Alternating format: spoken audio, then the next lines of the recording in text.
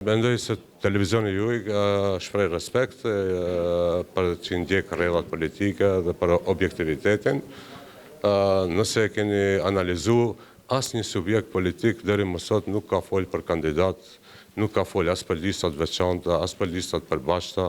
Të gjithë kanë folë domethënë për programe, për projekte, për analizat të situatave politike.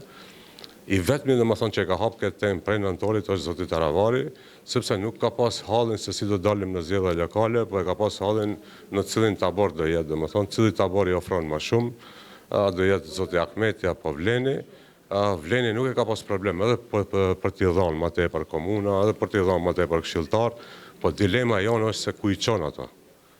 Natën e fitores pra,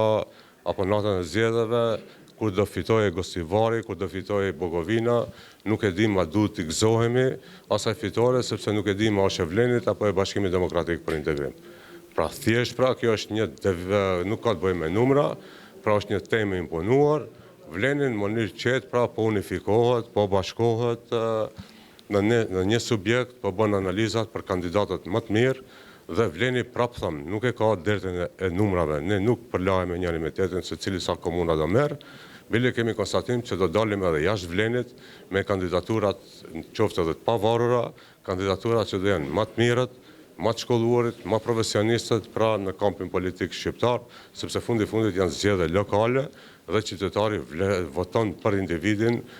voton për kandidatin dhe jo vetëm për drejtësin partijak. Bashkimi Asali do të jetë kandidat për i bëjt pyetje tani që të marrë një përgjigje më konkrete, sepse në Gostivar opinion ka qarkulluar emriti. Jo, në asnjë moment pra në Vlen pra nuk kemi bisedu për Gostivarin, për emra konkret, flasim për parime, për analiza,